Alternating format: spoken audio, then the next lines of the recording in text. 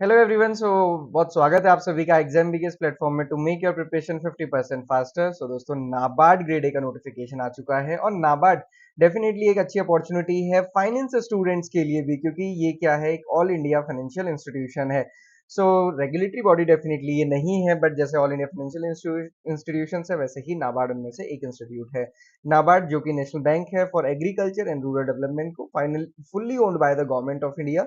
हर साल इसकी रिक्रूटमेंट आती है, जो इसमें इनिशियल ओपनिंग होती है ग्रेड ए लेवल पे, असिस्टेंट मैनेजर जिसको हम कहते हैं, और इसकी सैलरी जो सबसे बड़ा हम कह सकते हैं अट्रैक्टिव पॉइंट है वो है 1 लाख प्लस। और सबसे बड़ी बात है कि ग्रेजुएशन के बाद ही आपको ये सैलरी मिलती है।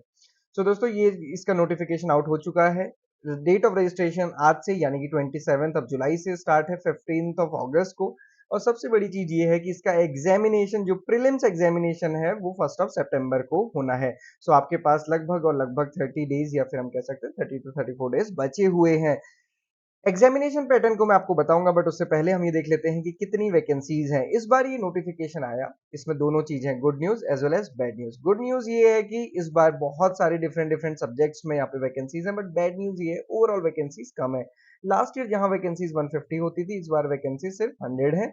और उसमें भी आप देखेंगे फाइनेंस में इस बार थोड़ी सी वैकेंसी कम है, बट स्टिल हमें करना क्या है, हमें तो एक वैकेंसी चाहिए। जनरल में 3 वैकेंसी है, SC ST OBC EWS में एक वैकेंसी और टोटल वैकेंसी 7 है। इसके साथ साथ इस बार जैसे लास्ट टाइम कंपनी सेक्रेटरी की पोजीशन थी, इस बार चार्टर्ड अकाउंटेंट की CA की पोजीशन है, जिसमें कि 2 वैकेंसी जनरल में और OBC और EWS टोटल वैकेंसी 4 है। यहाँ पे आप IT की भी देख सकते हैं, IT की 9 वैकेंसीज हैं विद बाकी कैटेगरी में मिला के ये 16 वैकेंसीज है, और जर्नलिस्ट में 23 वैकेंसीज है। आपका डाउट हो सकता है सर, जर्नलिस्ट से प्रिपेयर करें कि फाइनेंस से या फिर किसी पर्टिकुलर स्ट्रीम से? तो यहाँ पे मेरा आंसर यही रहेगा। मैंने सुबह इसके बारे में काफी डिटेल में सेशन लिया है कि आपको दो चीजें देखनी है कि जिस भी ब्रांच से या फिर जिस भी स्ट्रीम से अप्लाई करना चाहते हैं उसमें वैकेंसी है कि नहीं है। और जो दूसरा इंपॉर्टेंट पॉइंट है कि आपकी फेज 2 पेपर 2 जो कि आपका अपना सब्जेक्ट होगा इन केस ऑफ फाइनेंस, और जनरल के केस में वो ARD और ESI का एग्जामिनेशन होगा। इन दोनों की प्रिपरेशन आपको एक बार देखनी है, सिलेबस आपको देखना है और फिर आपको डिटरमाइन करना है कि आप दोनों में से किसे कर सकते हैं। ये तो थी वैकेंसीज की बात। अब देखेंगे, डेफिनेटली अच्छी अपॉर्चुनिटी है फाइनेंस के लिए, और जो सबसे बड़ी मैंने बात बताई आपको, ऑल इंडिया फाइनेंशियल इंस्टीट्यूशन है। ओके, यहाँ पे अगर आप एग्जामिनेशन पैटर्न या फिर बाकी एलिजिबिलिटी, पहले एलिजिबिलिटी की बात कर लेते हैं। एलिजिबिलिटी अगर आप देखेंगे तो 1 जुलाई 2024 को डिटरमाइन की गई है। मतलब आपके पास जो भी एजुकेशनल क्वालिफिकेशन है जो रिक्वायर्ड है वो एज ऑन 1 जुलाई 2024 होनी चाहिए। उसके बाद अगर आपका रिजल्ट या फिर बाकी चीजें डिक्लेयर हो रही है तो आप एलिजिबल नहीं होंगे। सीधे आते हैं हम general awareness and finance, general journalist post में और फाइनेंस पोस्ट में। जर्नलिस्ट में ग्रेजुएशन किसी भी सब्जेक्ट से है 60% मार्क्स के साथ, या फिर पोस्ट ग्रेजुएशन MBA वगैरह 55% मार्क्स के साथ, तो आप एलिजिबल हैं। CA के लिए आपका best graduation degree in any discipline with member of institute of chartered accountant of India ICAI का मेंबर, और वो भी आप 1 जुलाई से पहले होने चाहिए। फाइनेंस के लिए, क्योंकि यहाँ पे आप देखेंगे काफी कंफ्यूजिंग भी रहता है स्टूडेंट्स के लिए, BBA फाइनेंस या फिर बैंकिंग या फिर BMS फाइनेंस या फिर बैंकिंग, वो भी किसी रिकॉग्नाइज यूनिवर्सिटी से 60% मार्क्स के साथ, या फिर आपके पास होना चाहिए 2 साल का PG डिप्लोमा फाइनेंस में, full time MBA in the finance, MMS in the finance with 55% marks. और इसके साथ साथ कैंडिडेट्स को जरूरत होती है एक सर्टिफिकेट सबमिट करने की, जिससे पता चले कि उनका स्पेशलाइजेशन फाइनेंस में है, या फिर bachelor of financial and investment analysis. ये सारी चीजें डिजायरेबल है तो ठीक, नहीं है तो भी कोई बात नहीं, बट ये चीजें आपके पास एटलीस्ट होनी चाहिए, तभी आप इसमें एलिजिबल होंगे।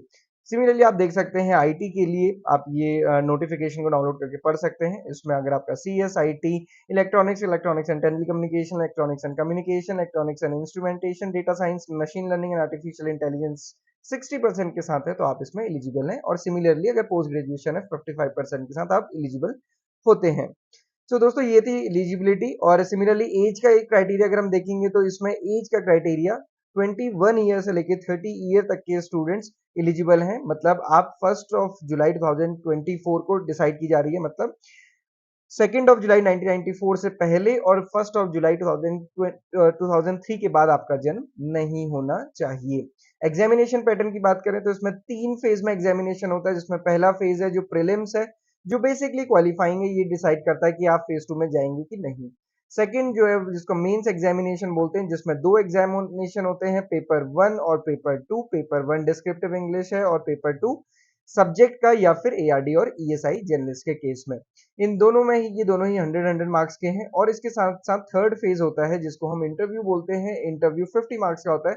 तो ये 250 मिला के आपका फाइनल कट ऑफ बनती है जिसके बेसिस पे फाइनल सिलेक्शन होता है। इसके बीच में एक साइकोमेट्रिक टेस्ट होता है बट वो तो एनालिटिकल और पर्सनैलिटी टेस्ट है। तो दोस्तों ये है इसका पूरा का पूरा सिलेक्शन प्रोसीजर या फिर एग्जामिनेशन प्रोसीजर। प्रीलिम्स की अगर हम बात करें तो इसमें 8 सब्जेक्ट होते हैं जिसमें कि reasoning, English, computer, quants, decision making, ये 5 सब्जेक्ट क्वालिफाइंग है। मतलब सिर्फ आपको इसमें कट ऑफ क्लियर करनी है। और अच्छी बात क्या है, फाइनेंस और आईटी के स्टूडेंट्स के लिए कट ऑफ बहुत बहुत कम जाती है। मतलब लास्ट ईयर अगर बाकी की कट ऑफ देखेंगे 45 प्लस थी, तो यहाँ पे आईटी और फाइनेंस की कट ऑफ 11 से 15 मार्क्स ही थी। इंडिविजुअल में भी सबसे कम कट ऑफ है और यहाँ पे ओवरऑल में भी आप देखेंगे जनरल अवेयरनेस, ईएसआई और एआरडी, इन तीनों सब्जेक्ट को मिला के आउट ऑफ 100 ये कट ऑफ मैंने डिस्कस की। तो आप देखेंगे जनरल अवेयरनेस, ईएसआई और एग्रीकल्चर रूरल डेवलपमेंट, ये 100 मार्क्स का आता है। इन तीनों सब्जेक्ट के मार्क्स के बेसिस पे ये डिसाइड होता है कि आप फेज 2 या फिर मेंस के लिए सिलेक्टेड है कि नहीं है। बाकी इन सब्जेक्ट्स में आपको सिर्फ और सिर्फ कट ऑफ क्लियर करनी है।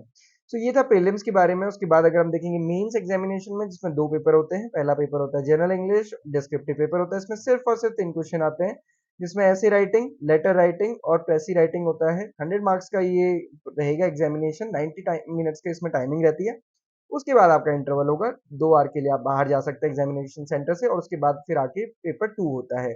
अगर आप जर्नलिस्ट पोस्ट से अप्लाई करते हैं तो आपका ये एग्जामिनेशन एआरडी एंड ईएसआई का होता है और इसमें ऑब्जेक्टिव क्वेश्चन और डिस्क्रिप्टिव क्वेश्चन होते हैं। ऑब्जेक्टिव क्वेश्चन 30 होते हैं जिसमें कि 20 क्वेश्चन 2 मार्क्स के होंगे, 40 मार्क्स हो जाता है और 10 क्वेश्चन 1 मार्क्स के होते हैं, तो ये 10, तो ये टोटल 50 मार्क्स हो जाता है। सिमिलरली डिस्क्रिप्टिव होता है उसके बाद, जैसे ये 30 मिनट्स ओवर होंगे डिस्क्रिप्टिव विंडो ओपन होगी और उसमें 15 मार्क्स के आपको 3 क्वेश्चन दिए होंगे जिसमें से कि आपको 2 अटेम्प्ट करने हैं। सिमिलरली 10 मार्क्स के 3 क्वेश्चन होंगे जिसमें से कोई भी 2 अटेम्प्ट आपको करने हैं, तो ये टोटल हो जाता है 50 मार्क्स। तो ये 50 और 50 100 मार्क्स हो जाता है। 100 मार्क्स का डिस्क्रिप्टिव इंग्लिश प्लस 100 मार्क्स का पेपर 2, ये इसका मेंस एग्जामिनेशन है। उसके बाद जो स्टूडेंट्स यहाँ पे सेलेक्ट होंगे, और आप देख सकते हैं अगर स्पेसिफिक स्ट्रीम है आपकी आईटी या फिर फाइनेंस या फिर कोई भी सब्जेक्ट है, तो वहां पे आपके सब्जेक्ट से रिलेटेड ऑब्जेक्टिव क्वेश्चन और सब्जेक्ट से रिलेटेड डिस्क्रिप्टिव क्वेश्चन है। बाकी टाइमिंग वगैरह सारी चीजें सेम है। देन उसके बाद साइक्रोमेट्रिक टेस्ट होता है जिसका जो केवल मैंडेटरी है, बट ये इसका मार्क्स वगैरह कुछ नहीं होते हैं, सिंपल, और उसके बाद सीधे इंटरव्यू होता है 50 मार्क्स का। तो ये इस तरीके से ये एनालिसिस होती है। फेज 1 से फेज 2 में 1:25 के रेशियो में स्टूडेंट्स को कॉल किया जाता है और इंटरव्यू के लिए 1:3 के रेशियो में। नेगेटिव मार्किंग यहाँ पे 1/4 है और इसके साथ साथ सिलेबस यहाँ पे दिया हुआ है। ये फेज 2 के लिए एआरडी और ईएसआई के लिए दिया हुआ है। सिमिलर बेसिस पे आपको फेज 1 के लिए भी तैयारी करनी होती है। और अगर आप देखेंगे स्पेसिफिक सब्जेक्ट का जो सिलेबस है वो आपको वेबसाइट पे मिल जाएगा। अगर हम फाइनेंस की बात करें, यहाँ पे फाइनेंस का सिलेबस आप देख सकते हैं। फाइनेंस का सिलेबस मैं आपको जस्ट शो कर देता हूँ, जस्ट अ मिनट। ये फाइनेंस का सिलेबस है जो लास्ट ईयर दिया गया था, मोर और लेस ये इस बार भी यही होना है, जिसमें फाइनेंशियल अकाउंटिंग है और इसके साथ साथ मैनेजमेंट अकाउंटिंग है और इसके साथ साथ आप देखेंगे ऑडिटिंग और BBA banking and finance, banking finance and banking, ये सारी चीजें इसमें है। तो ये सारी चीजें आपको पढ़ के जानी होती है। So this is the syllabus. ये मैं अपने टेलीग्राम ग्रुप पे शेयर कर दूंगा, आप वहां से डाउनलोड कर सकते हैं। सो दोस्तों अभी से आपको अपनी प्रिपरेशन करनी है।